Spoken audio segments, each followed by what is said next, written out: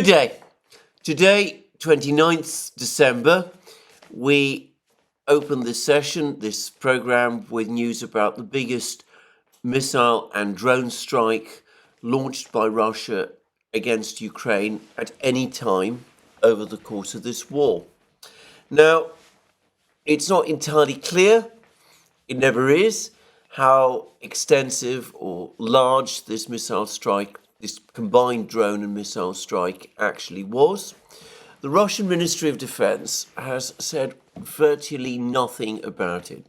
In their usual way, they've only alluded to the fact that it happened at all, with a brief report, which, by the way, also includes a film of Russian Sukhoi 35 aircraft escorting bombers in the special military operations zone. And it's interesting that the Sukhoi 35s are escorting the bombers in question being principally Tupolev 95s, and according to some reports, Tupolev 22 M3s.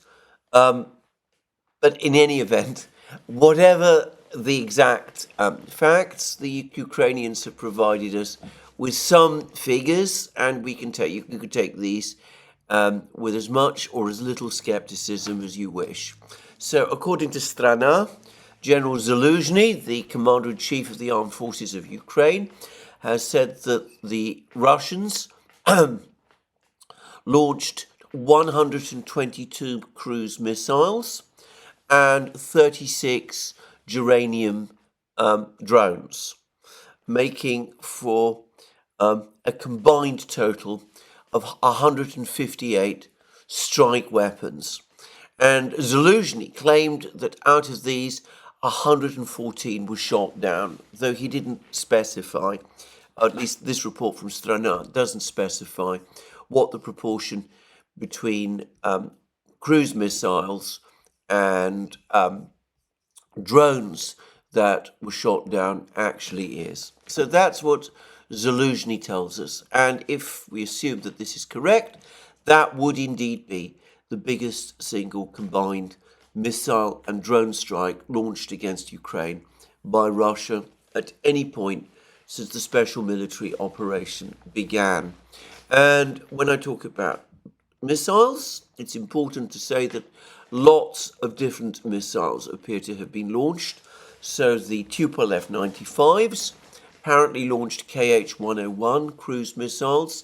These are subsonic cruise missiles. They're quite stealthy, apparently, and there's some reports that they have been re-engineered and made stealthier still and more maneuverable. If the Tupolev 22 M3s really did operate, it really did take off and participate in this raid, then perhaps some of the giant KH-22, 32 missiles, cruise missiles, these are supersonic missiles designed to destroy aircraft carriers. Maybe some of these missiles participated in the raid as well, though I haven't seen any confirmation to that effect. And we have definitely seen pictures, film of Russian Navy ships in the Black Sea launching Calibre missiles towards Ukraine. Now, these are also, of course, stealthy, subsonic cruise missiles, rather like the American Tomahawk cruise missile. Notice, incidentally, that despite all the various claims about the Ukrainians having supposedly won some great struggle, some great naval battle in the Black Sea and having driven the Russian fleet from its bases and all that sort of thing, the Russian Navy in the Black Sea was nonetheless able to participate in this attack. And there's one film which shows at least 8 of these Calibre missiles being launched. So a very big attack. It's less clear exactly what the nature of the targets was. They seem to have been, the Russians seem to have been striking multiple targets in multiple places. One of the attacks, for example, appears to have been focused on the giant training base that Ukraine maintains in western Ukraine, which was the setting of a notorious hypersonic missile strike back in March 2022, right at the start of the war. But overall, and in total, it seems that many targets of various types were attacked simultaneously by drones and missiles all at the same time, or roughly the same time. And why was this done? What were the Russians trying to achieve? This was not a specific attack on the Ukrainian energy system, like those attacks that took place last year. There's in fact no evidence that the Russians actually did launch an attack on the Ukrainian energy system this time. I'm going to suggest that the principal target, the objective that the Russians had, was to find out, to understand the nature of the new Western created air defense system that Ukraine has been provided with by the Western powers since the start of this year. The system which uses the Patriot missiles and the NASAMS missiles and the IRIS-Ts and all of the others, to try to assess the nature and sophistication of this particular system, to explore its weak points, to see whether there are any places where the Russians can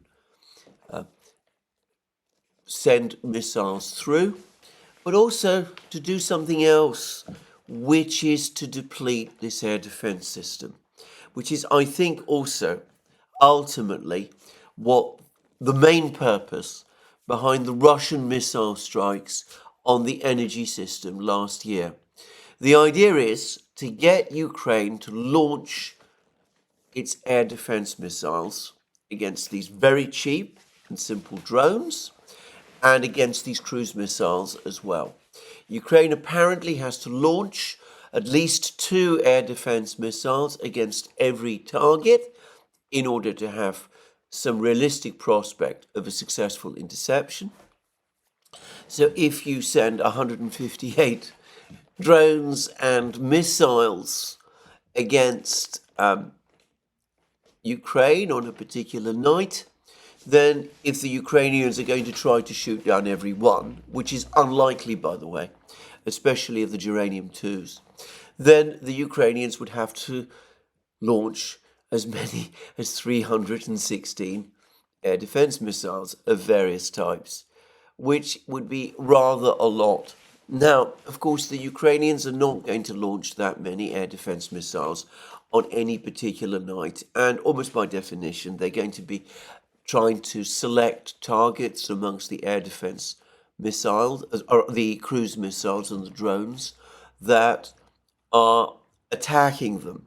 So probably only a fraction of that number of 316 air defense missiles was indeed launched.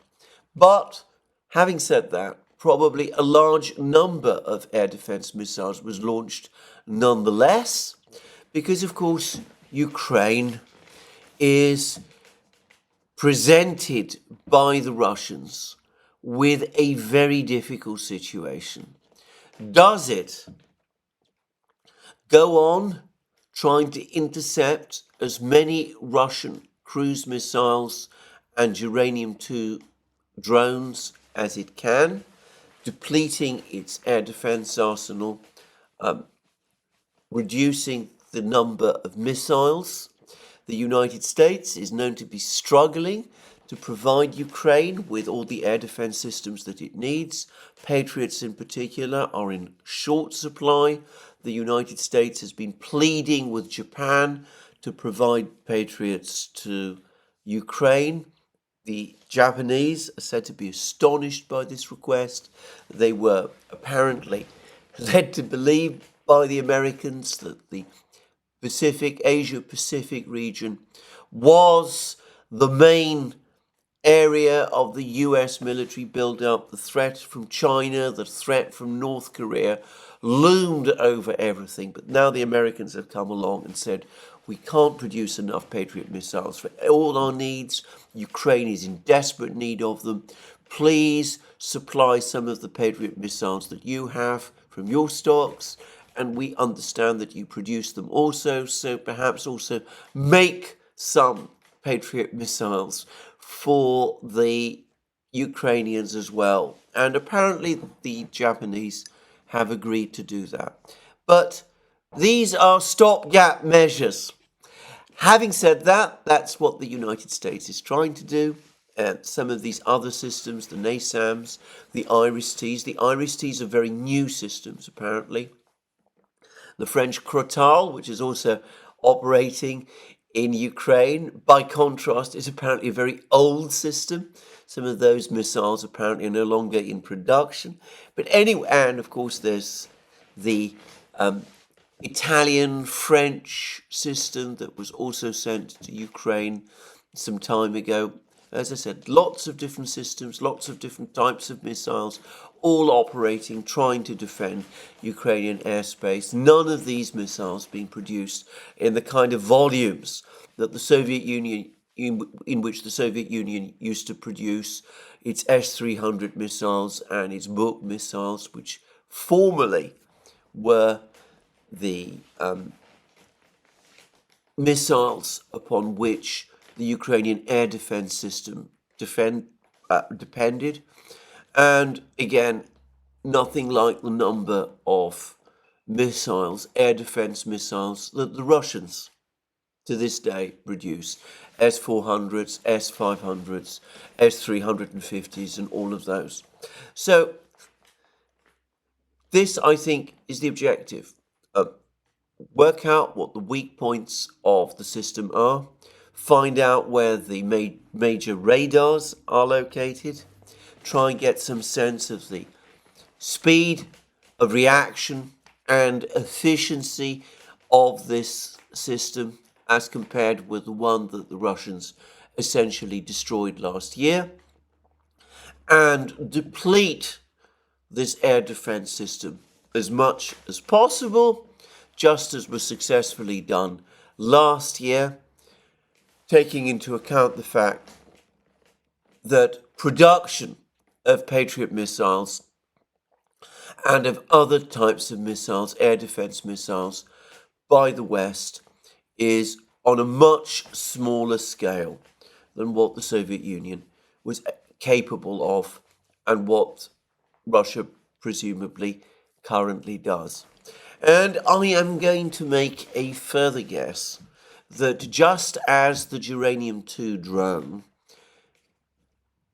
which is a very simple machine, costs only the fraction of a price of a Patriot missile, I suspect that even some of Russia's cruise missiles, its calibers, for example, missile for missile, I suspect that they're probably cheaper, significantly cheaper, and easier to produce than the Patriots. That's my guess. I'm not an engineer, but from what little I know of the two systems, I would have thought that likely. So, this is what I think the Russians are doing. And probably they've carried out these attacks on all of these various locations. By Zaluzhny's own admission, quite a lot of drones and missiles did get through, which suggests that this air defense system that the West has replaced the old system with is not as efficient as the old system was, but that's another story. But that's, anyway, we're taking that all from what Zaluzhny is saying. But anyway, the fact remains that, as I said, even by Zaluzhny's admission, quite a few drones and missiles got through. Probably the real number that got through is greater. It's clear that a significant amount of damage was done. And as of the time of making of this program, 18 civilians are said to have been killed, which is obviously a terrible thing and a tragedy, and it has elicited an angry response from the UN representative in Ukraine. But it nonetheless, one must say this, is a stark contrast to the far greater casualties that the Israelis are meting out in Gaza with every airstrike they launch on that tormented city pretty much every night, and I gather also sometimes during the day. So there we go. This is a big Russian strike. Will there be others? Undoubtedly. When will the next one happen? I have no idea. Will the Russians target the energy system next time? Possibly. We shall see. But my own view, as I said previously, is the air defense system remains for the Russians the key priority. Now, what other things have been going on the Ukrainian battlefields? We've had that strange situation of getting lots of news, not always easy to understand, at least not always easy for me to understand what this news is. But there have been reports now in the American media that the Russians are advancing steadily in Zaporozhye, roughly 700 meters a day, and that they're pushing the Ukrainians back in the territory that the Ukrainians captured between Rabotino and Verbovoye in the late summer and autumn, up towards the end of their summer offensive. And there are now alarm bells apparently ringing in some parts of the West in the United States that the Russians might soon be in a position to fully reoccupy Rabotino and re-establish control of that particular village and the high ground upon which it is located. And given that Rabotino is supposed to have been the jewel in the crown, supposedly, of Ukraine's summer offensive, this would, we're told, be a very severe psychological blow. I have to say, I find this all rather exaggerated. Rabotino is a tiny place before the war. I mean, it's a small village. It was located on some high ground in the Zaporozhye front lines. It was not itself integrated directly within the Surovikin line. It was within the area of control discussed by General Gerasimov a couple of days ago in a program that I discussed. It seems to me that making too much of the loss by Ukraine of Rabotino is a bit exaggerated.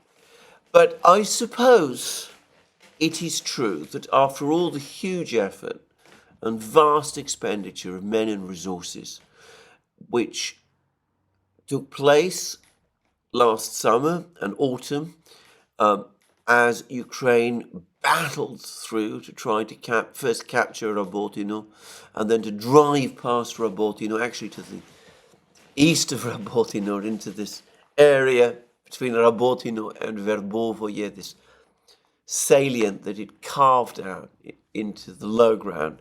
Well, given the huge amount of time and effort that was done to achieve that, and given some of the headlines that appeared at the end of August and beginning of September, when Rabotino was reported by the Ukrainians to have been captured, and when General Tarnavsky was saying that the advance on Tokmak would now accelerate. Of course, that never happened. But given all of that, I suppose that losing Rabotino would indeed be a significant psychological blow for Ukraine. And anyway, there we are. It's apparently causing concern to some people, and there doesn't seem to be any real doubt that the Russians are continuing their advances in that area. And there's more reports now that the Krinky bridgehead has been reduced still further, and that more Ukrainian sailors, Marines, who are trying to reach it, Krinky. So 2 reports yesterday of lots of boats being sunk and lots of Marines having either been killed or drowned or forced to swim back to the other part of the other bank of the river, the Ukrainian-controlled west bank of the river. And perhaps even more dramatically, reports too of further big Russian advances in the Bakhmut area. There's a report now that the Russians are indeed closing in on Chasiv Yar. There was even one report that they've reached within 2 kilometers of Chasiv Yar itself, though other Russian commentators have been careful to say that since Chasiv Yar is located on high ground, and given the importance of defending Chasiv Yar to Ukraine, and in light of the fact that there's apparently lots of American-supplied counter-battery radars in the area, one should not expect an immediate attack on Chasiv Yar, at least not within the next couple of days, the priority being presumably to capture Bogdanovka and Ivanivska first, and there's lots of reports about fighting there too. And there's also reports, by the way, about very heavy fighting in the Avdiivka area. Apparently, over the last 24 hours, the Russians resumed, or rather intensified, their attacks around Avdiivka, and they seem to be pushing in various places around Avdiivka, grinding the Ukrainians down around Avdiivka, reducing the size of the perimeter, interfering with Ukraine's supply lines, doing those sort of things. And I even saw a report this morning, which I can't, by the way, corroborate, which seems a little anomalous on some of the most recent information, that the Russians have also made progress towards capturing Seversk, a town north of Bakhmut, west of Lysychansk, place which many people thought the Russians would capture in the summer of 2022. In fact, briefly, as I recall, there were 2 reports that the Russians had actually captured Seversk in the summer of 2022. They never, in fact, appeared to have made a serious attempt to do so. But anyway, there's reports that the Russians have now reached Seversk, that they've actually managed to capture some of the outlying houses of this town, and that some kind of a battle for Seversk is underway. And last but not least, major Russian advances continuing in the Marinka area, Novomikhailovka, the village, apparently bitter fighting going on there, and the Russians pushing on towards Georgievka. So, lots going on the battlefronts. The Russians pushing forward, gaining ground. Not so far, it must be said, capturing any major town or settlement, but certainly inflicting heavy damage upon Ukraine in every place, and doing what Shoigu and Gerasimov have basically said, maintaining an active defense, but increasing the territory of control right across the front lines. So we can see that this pressure by the Russians on Ukraine continues and is perhaps intensifying. And of course, we don't yet know what it portends and how it is connected to this huge missile strike that the Russians have carried out. But let me give my own inexpert view, state my own inexpert view. General Zaluzhny, in that press conference he gave a day or so ago, One which, by the way, the Russian media has pointed out is his first press conference since the start of the special military operation. Anyway, General Zaluzhny appeared to concede that Ukraine is now in a war of attrition, and that this is how the war is going to be conducted from this point on.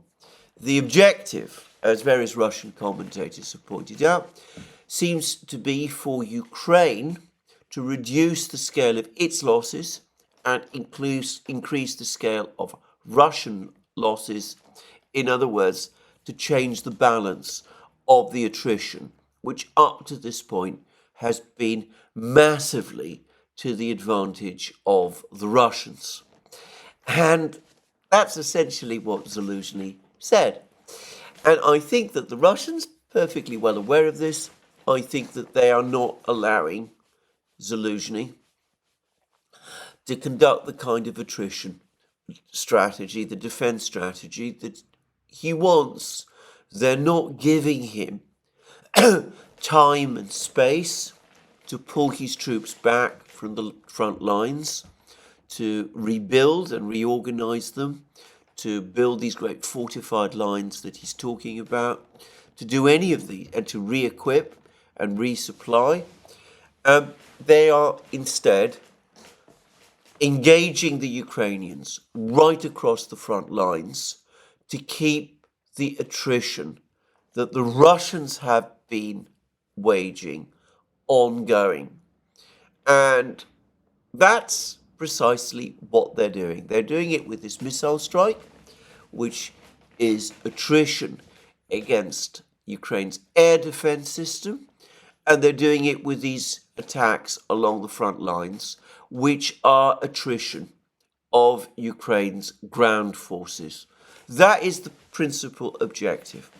And the idea is that steadily you weaken the Ukrainians, and eventually you put yourself in a position where you can launch an offensive. I've no doubt eventually that the Russians do intend to launch an offensive, but you put yourself in a position where you can launch an offensive, a big arrow offensive, if you like, but you do so against an enemy that has been so weakened that the enemy can offer far less resistance than he would otherwise have done.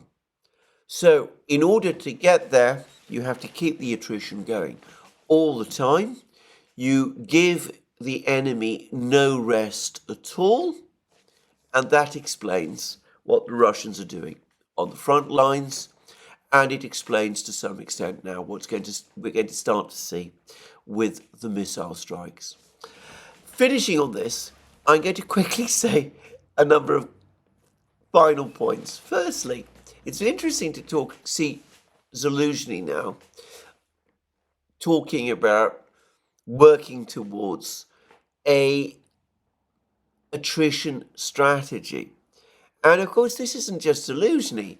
We've now had lots of reports in the US basically telling us the same thing. There's been an interesting report, for example, in Politico, and another one in the New York Times. The one in the New York Times tells us that Ukraine doesn't need to recover all its territories in order to win. All it needs to do is to fight the Russians to a standstill, and then Ukraine, and by definition the United States, will be able to walk away and claim victory.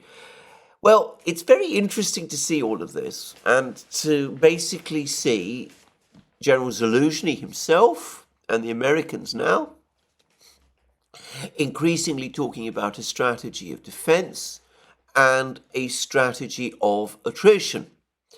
Because I can remember very clearly back in March of this year, on the eve of Ukraine's summer offensive, reports appearing in the American media based on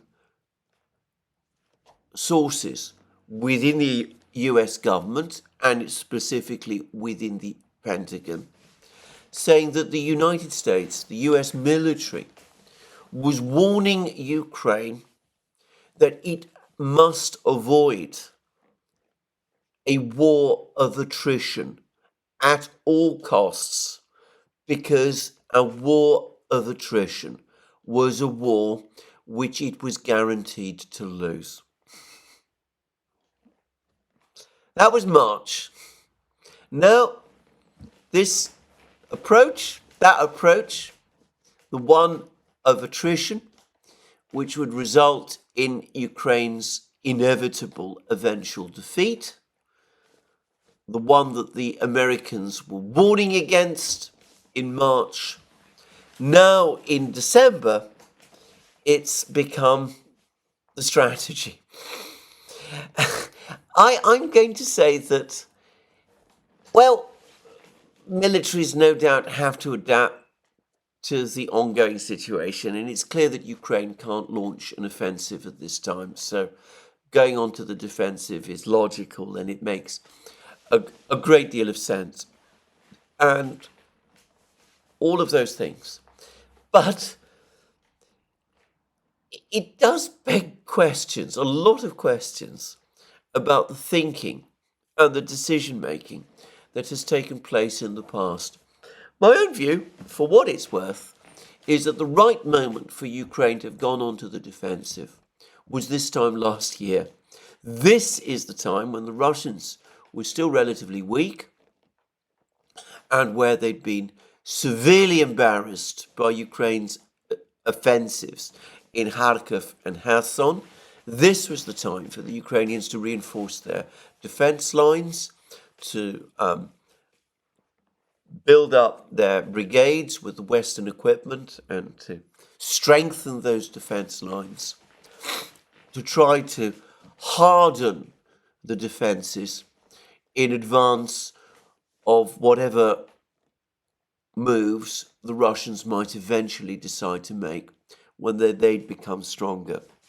What has happened instead is that Ukraine was pushed by its Western allies in the summer to go for broke, to launch its great offensive, to try to win the war. The offensive failed catastrophically. It was a disastrous defeat.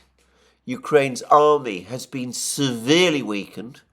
The losses have been incredibly high. The losses in material have been incredibly high. And of course, in the interim, the Russians have got much stronger. So, whilst perhaps a defensive strategy, an attrition strategy, might have made some kind of sense in March, when the Americans were advising against it, it may not be viable now in December, after all that's happened, when the Americans are apparently insisting upon it. But anyway, we'll see.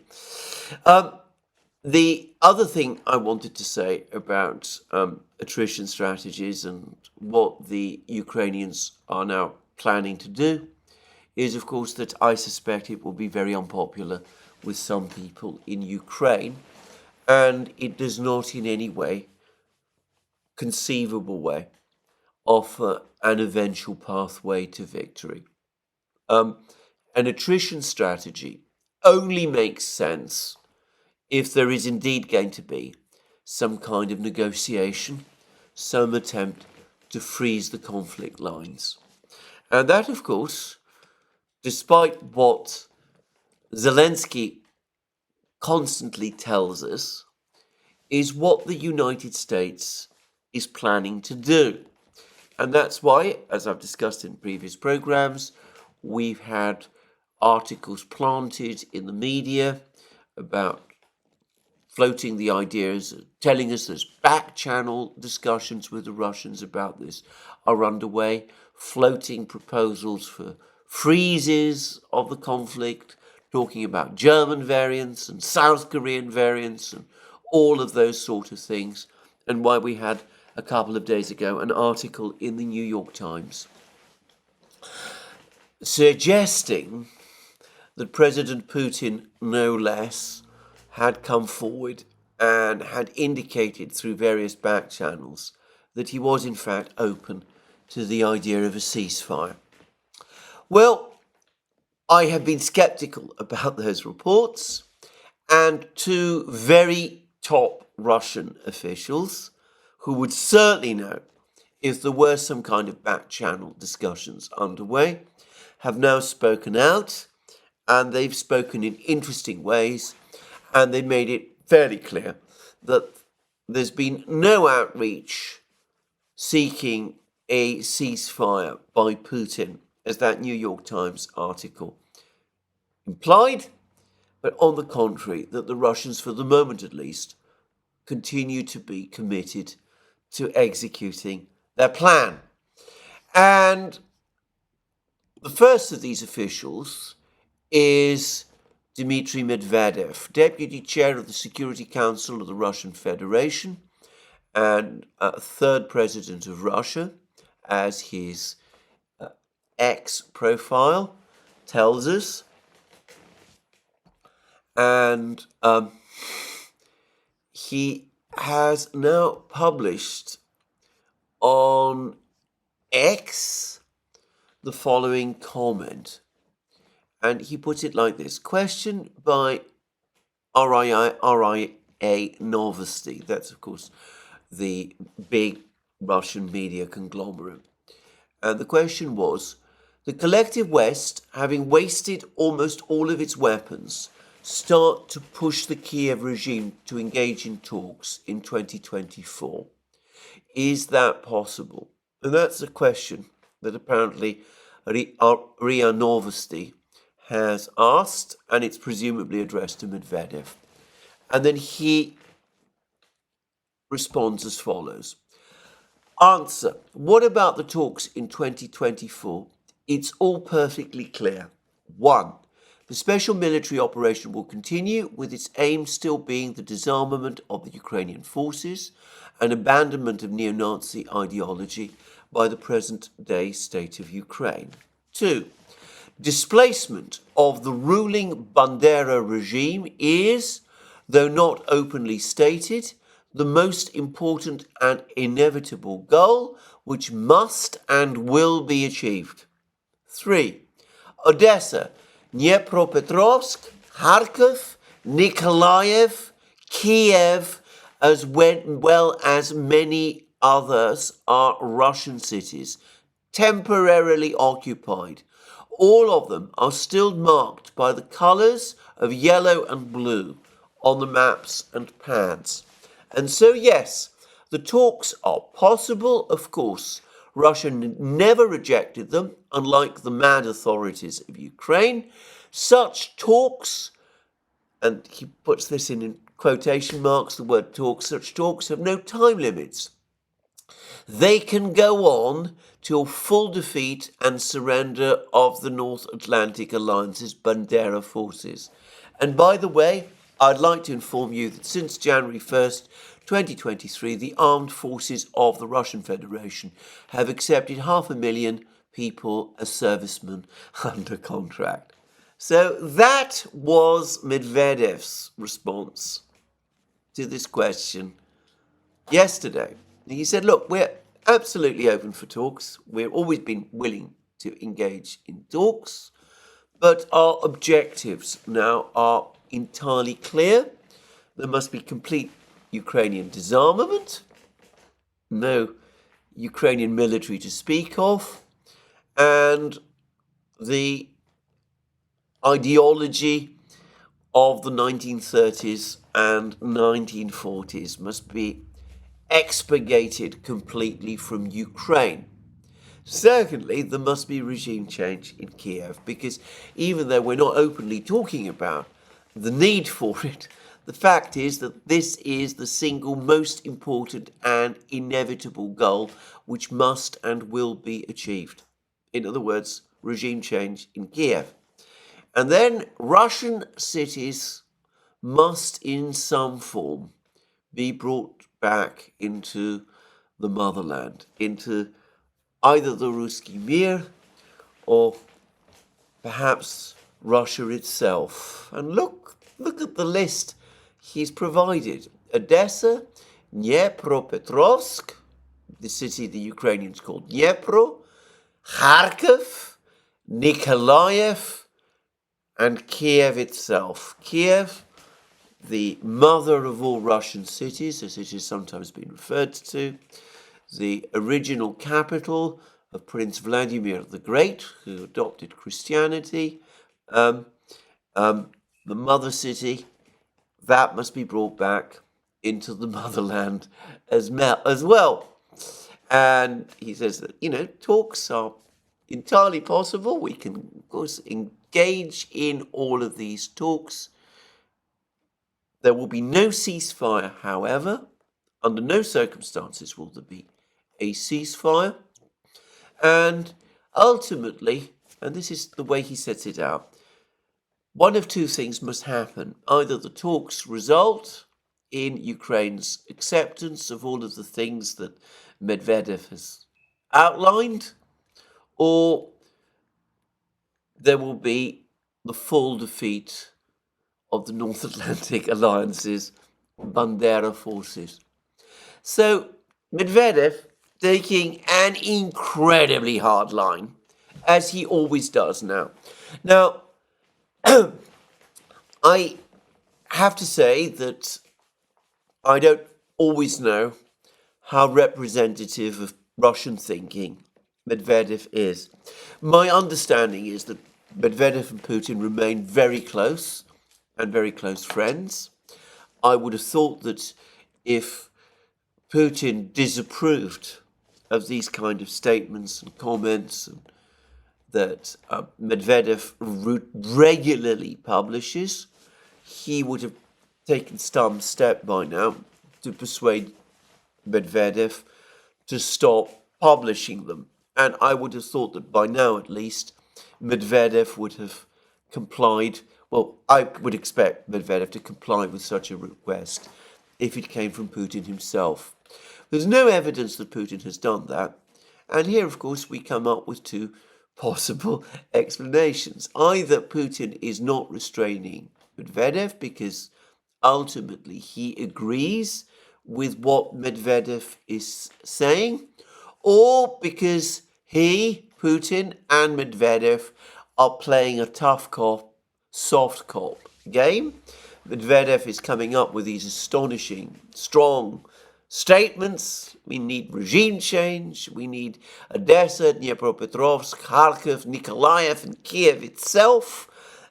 We must have complete expurgation of the ideology that exists in Ukraine, and we must have disarmament, complete disarmament of Ukraine. Either it's because Putin quietly believes that, or because he's using Medvedev as the tough cop, saying all these terrible things so that if the moment comes and the Ukrainians do decide to negotiate, Putin can say, well, look, if you don't agree to whatever demands I'm making, which may be very harsh, well, if you don't agree with me, well, you can see there's Medvedev just down the corridor. He's got much more radical ideas than I have. Better that you start those negotiations now. Better that you make all those concessions today, because if you don't, well, Medvedev will be the one who will ultimately prevail, in which case you'll be left with nothing. The classic good cop, bad cop routine. Well, I don't know which it is, but let me reiterate again, I cannot believe that Medvedev would be able to publish statements like this if he didn't have Putin's agreement to do so. I'm sure that the two are in regular contact, probably daily contact. The Security Council meets once a week. Medvedev is also the chair of the Military Industrial Commission, which supervises Russia's defense industries. I'm sure Medvedev and Putin speak regularly with each other. There's never been the slightest hint of Putin disapproving of Medvedev or of anything that Medvedev says. So you can come to your own conclusion about what this means. But anyway, taken at face value, this completely clobbers the idea of Putin and the Russians seeking a ceasefire. What Medvedev is saying is, look, yes, we're prepared to talk. You know what our demands are. We're not going to stop fighting until all those demands are fully achieved. And yes, we can talk in the meantime, but don't trouble us with any suggestions of a ceasefire. We're not interested. The talks will just have to continue, despite the fact that there will be no ceasefire in place. After all, that was what happened in the first couple of weeks of the war, when there were meetings in Belarus and Turkey, even as the fighting went on. And of course, going back in time, it was what happened in the 1970s during the war in Vietnam, when the Americans and the North Vietnamese were in discussion in Paris, but the fighting in Vietnam continued and went on. So that's Medvedev. A rather more restrained person, but one perhaps equally authoritative, perhaps even more authoritative than Medvedev, Sergei Lavrov, has now also spoken. And this he has done in yet another big interview that he has given, this time to the Russian journalist Dmitry Kiselyov. And Dmitry Kiselyov being, for a while, by the way, the head of the RIA Novosti organization. Anyway, this is a long interview, but I'm going to focus on one particular exchange, which deals with the question of negotiations and ceasefires. And this interview, unlike the previous one, which I discussed a few days ago, the one which Lavrov had with Dmitry Simes, in which Lavrov went out of his way to say that there was no back channel between the Russians and the United States, operating through Richard Haass and the Council for Foreign Relations, and that the Russians saw that as a device to try to get the Ukrainians to open negotiations. Anyway, after that interview with Simes, there was this article in the New York Times which spoke about Putin extending feelers for a ceasefire, and that has obviously persuaded the Russians that a further explanation of their position is needed. And therefore, in response, at least in part, to that article, we now have this interview between Lavrov and Dmitry Kiselyov. And it reads as follows. So Kiselyov asks this question. Changes are visible on the Ukrainian track. What can we expect? What are you getting ready for as diplomats? And then Lavrov responds as follows. We are getting ready to implement our goals, demilitarization and denazification. There is no avoiding this. We are actively working with the developing nations, especially in the context of changes in the West's tactics. Maybe the West is even thinking about specifying its strategy, because if Russia's strategic defeat is a strategy, excuse my tautology please, it has failed miserably. Everyone understands this. They are starting to approach us and beginning to whisper, why don't you meet someone who will be ready to talk to you in Europe? Indicatively, this suggests talking about Ukraine without Ukraine. Now, that's a very interesting paragraph, and it goes back to the comments that Vladimir Putin made to the Indian Foreign Minister Jaishankar, which I discussed in my program yesterday. Putin said to Jaishankar that some new development had arisen and that the Russians intended to brief Jaishankar about it. And I said, it'd be interesting to see what this was about. And I think we now have the clue. The West understands that there are problems with Project Ukraine, that Ukrainian victory is impossible.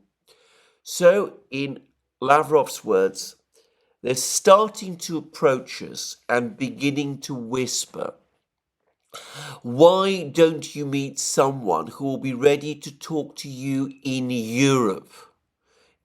Indicatively, this suggests talking about Ukraine without Ukraine. So someone is reaching out, and the Russians clearly believe that this someone has been prompted to do it by the United States with a view to starting some kind of negotiation process. And that someone is a European, and though Lavrov is very careful not to identify this person, the only person it could conceivably be is President Macron of France. The Chancellor of Austria is a remote but very unlikely possibility. And then Lavrov goes on to discuss this. Before they would boast of their position, not a word about Ukraine without Ukraine. Now there are signals and leaks in the Western media about the West's desire to search for ways to overcome the situation. And again, it's not difficult to work out which articles he's talking about, and the New York Times article is certainly one. And then Lavrov goes on to say, but they try to find approaches that will allow them to announce Ukraine's victory. And he's absolutely right.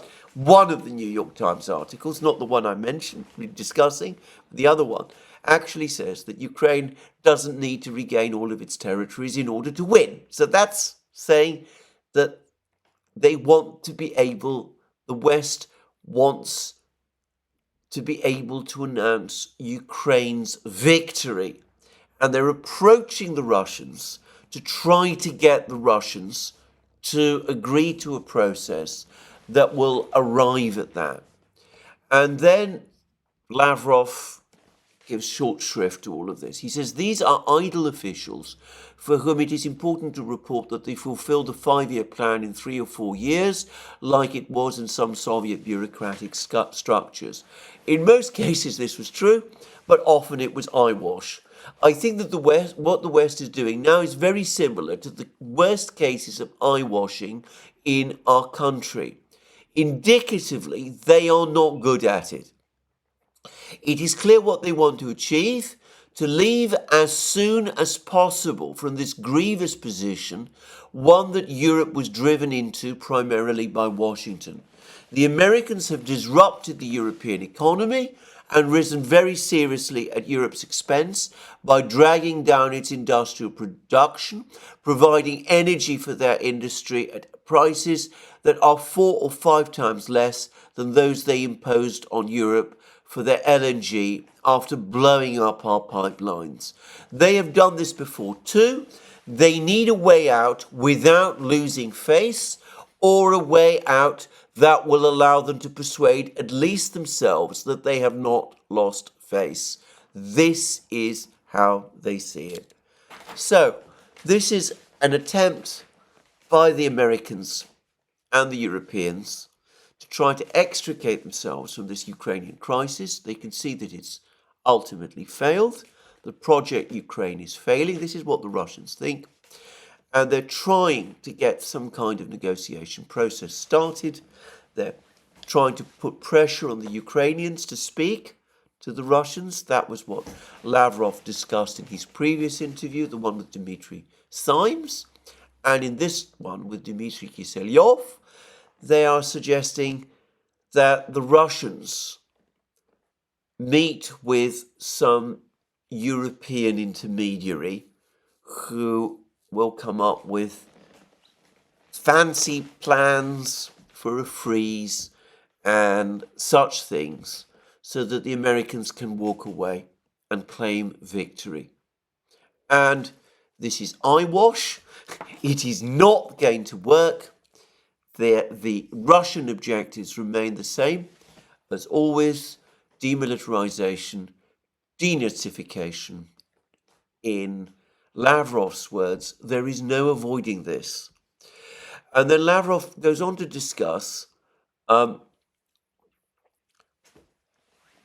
the meetings that Jake Sullivan cobbled together and which have been underway now for several months, since August, under the so-called Copenhagen formula. This was a meeting of various countries, including India, Brazil, Saudi Arabia, China, that kicked off in August, which Sullivan put together. It was clearly initially intended, this is my own view, in order to present these countries with Zelensky's peace plan, which isn't really a peace plan, but a demand for a total Russian capitulation and pull out of all its forces from Ukraine, including Crimea. And the idea was this meeting was convened in August. It was timed for what the Western powers were anticipating would be a successful Ukrainian offensive in the summer, and it was supposed to lead to the diplomatic offensive which would force the Russians, after their expected military defeat of the summer, to back down. Except, of course, that instead of being defeated in the summer, the Russians were victorious, and this process never really took shape. And this is what Lavrov says has been the history of that progress since then. The launch of the Copenhagen format, created in June 2023, was part of this changed tactic. Several meetings in this format have already taken place. The G7, BRICS members, except Russia, and a number of other large developing nations were invited to attend. The goal was to compel them to sign Vladimir Zelensky's peace formula. This is a figment of their sick imagination. No matter what was written in the agenda of these meetings for decoration, food security, or energy security, the main point was to tell Russia, go back to the 1991 borders, give Crimea and Donbass back. In general, they were going to establish an exclusion zone around Russia, where a demilitarized zone would be announced on its territory, and many other things. When developing nations started visiting these meetings, we asked them why they needed to do this. Don't they understand that these meetings were pointless at best? They replied that they understand everything. These statements were made by countries from the world majority, which were invited to attend these meetings. But they were pursuing two things. First, they wanted to hear what the others had to say, and how serious a suggested settlement would be. And second, they wanted to explain that nothing good would come of it until direct talks were held with Russia's participation. Russia was not only ready for such talks, but we had practically come to terms. President Putin confirmed this again recently, and now he's referring to the Istanbul Agreement. Considering our good relations, I can say that another meeting like this took place 10 days ago. The G7 plus the leading developing nations. I believe this meeting, by the way, took place in Malta. Not all countries from the world majority attended. Some turned down their invitations. The meeting took place in complete secrecy. Nothing was reported about it. There were no leaks. And then Kiselyov asks, but you know about it? And then Lavrov replies, yes, we do. Our close allies, India, China, Brazil, who attended that meeting, Saudi Arabia, did not promise to keep an issue that concerns Russia a secret from us. Another meeting is scheduled to take place in January, and a peace summit where Zelensky's peace formula is to be approved in February. The information we've received has been corroborated by numerous sources. The West is talking about Zelensky's 10-point plan, which does not allow for any deviation, not a step left, right or back, only forward, and must be approved as it is. In simple terms, it is a scam. And next they will say, it goes on to say, next they will say, many countries are taking part, and one accepted this innocent point and another accepted that innocent point, and that taken together, they support the restoration of Ukraine's borders. Anyway, what Lavrov is telling us here is that the Western powers have been trying to mobilize international opinion against the Russians. We've known this already ever since the Copenhagen formula was started. Most countries around the world are not only deeply cynical and skeptical about what is taking place, but they are quietly reassuring the Russians, we don't agree with this, and they're briefing the Russians about what happened. And that at the very last meeting, the one that was held in complete secrecy 10 days ago in, I believe, Malta, many countries which had attended before chose this time to stay away. And again, coming back to that meeting between Putin and Jaishankar of India, we can be sure that the Russians and the Indians, Putin and Jaishankar, will have discussed all of this, as well as Putin's, the information we're getting from Lavrov, that the Americans, that the Western powers are now trying to put forward some kind of European intermediary to hold discussions with them. And we can see the utter skepticism of the Russians in the face of all of this. They know they're winning the war. They can see the signs of disarray in the West. They're able to read and understand these articles which are appearing in the Western media, the attempts to work towards achieving a freeze. And the Russians are carefully explaining to their allies, as Putin did in his conversation with Jaishankar yesterday, why this simply will not fly.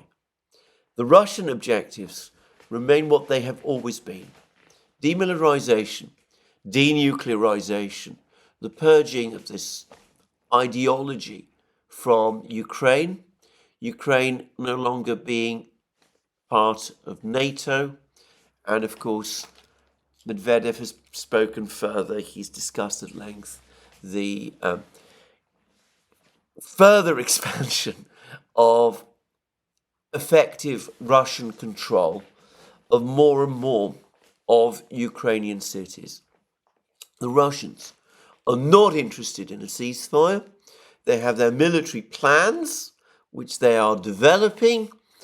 They're conducting further attrition on Ukraine. They see no reason to negotiate on anything like the kind of terms that the West is talking about. Zelensky's peace formula is obviously unacceptable. And until the Western powers and the Ukrainians come to their senses and negotiate on substantive matters, the Russian military campaign will continue exactly as before. So I think we have a fairly clear set of explanations now of where we are. There's a number of, well, it's a quick further point I would like to make, because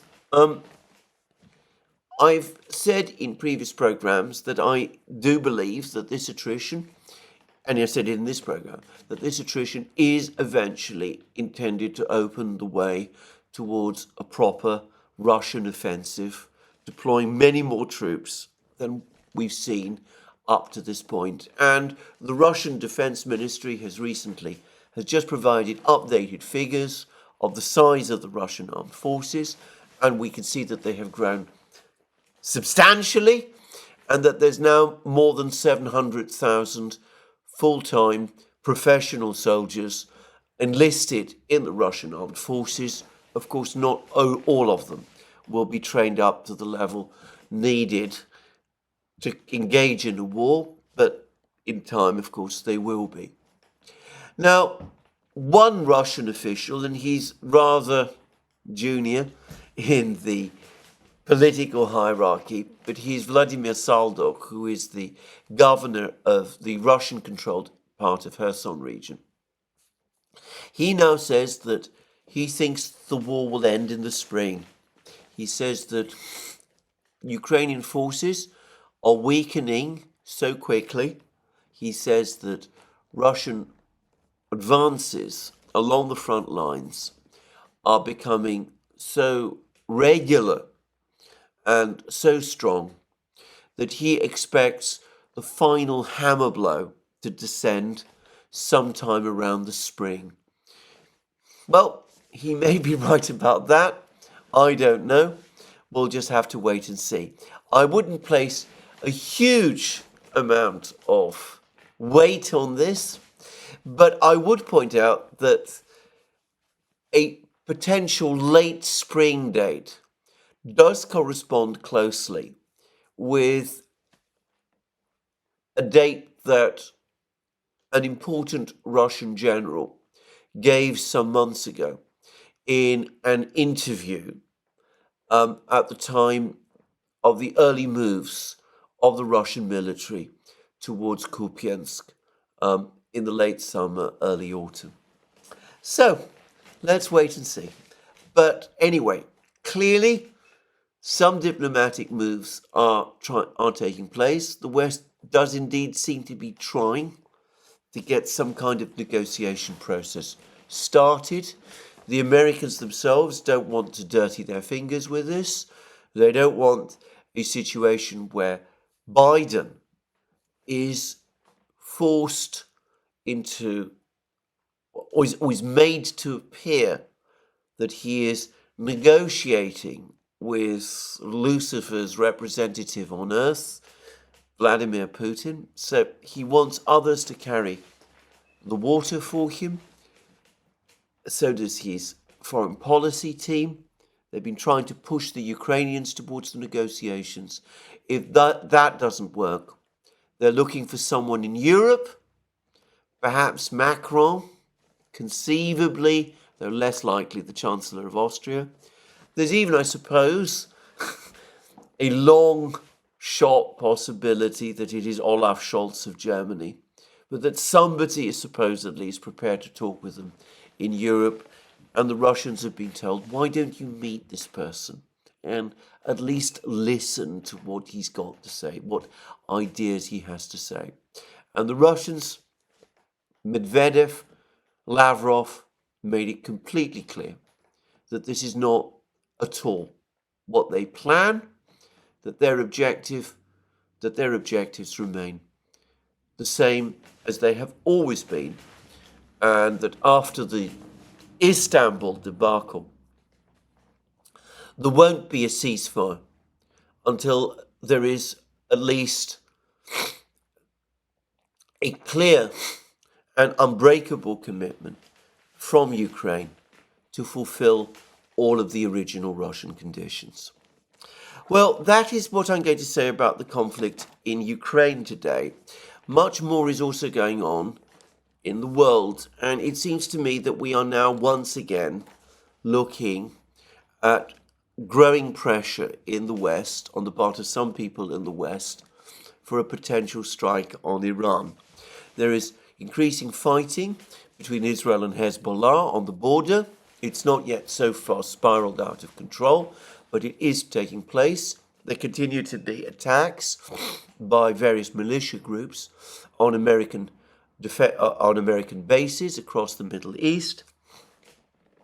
There is this fleet very expensively patrolling the Red Sea trying to protect commercial shipping there. And there are more and more demands growing from within Israel and from within the United States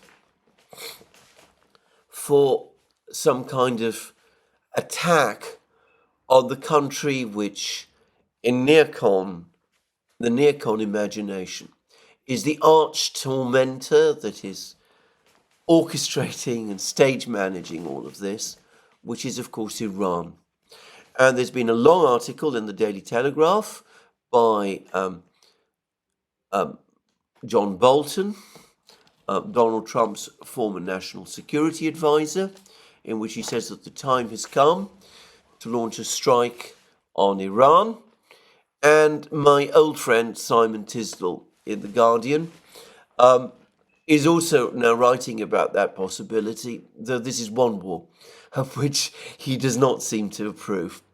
But anyway, that is a topic I'm going to discuss in more detail in my next program. And can I say we have done a program about it on the Duran, Alex Christoforou and I. This, as I said, is where I end.